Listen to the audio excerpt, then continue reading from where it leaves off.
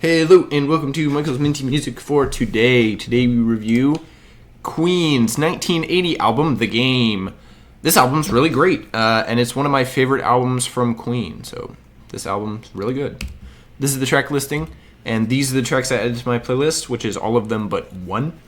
This album is really great. Not only does it have some big hits on it, there are a good amount of really great songs that didn't get super big off of this one.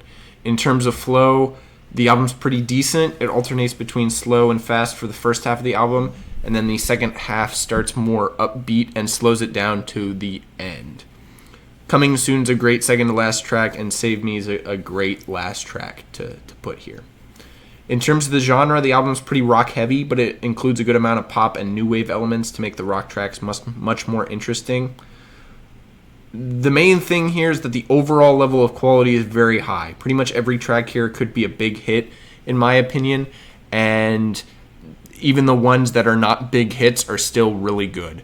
There's really no misses on this one. There were 3 different singles released before the album: Crazy Little Thing Called Love, Save Me, and Play the Game, kind of the title track here. The big radio hits here were that Crazy Little Thing Called Love and Another One Bites the Dust, which is one of their most famous songs.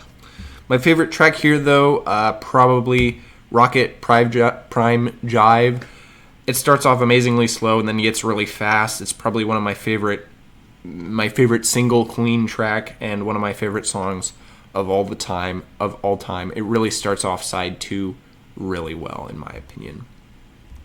Now, I rank this album second out of all of Queen's albums, only losing out to the Perfectly Crafted Jazz from 1978. This is definitely one of Queen's best albums, since it has such a high level of quality. Every song on this album is really good or better. Most Queen albums are pretty good, but even albums like Sheer Heart Attack and Made in Heaven have a few tracks that are not great. The Game doesn't have any tracks that aren't great. Every track here is at least good. It only, as I mentioned, it only loses out to Jazz, which is near perfect in terms of it's got everything the Game has and a little bit more. Now, this album doesn't take my top spot from 1980. That goes to Billy Joel's Glass Houses, which is another perfect album. The Game is definitely really great, but Glass Houses and Jazz are basically perfect.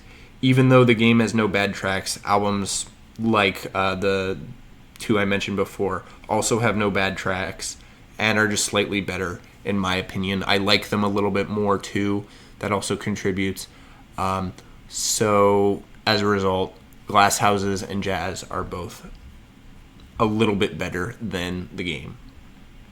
Next up is Blondie's 1980 album, Autoamerican. It's been a little bit since I listened to their last album, 2 weeks, so I'm excited to get back into it. So stay tuned for that, and as always, stay minty.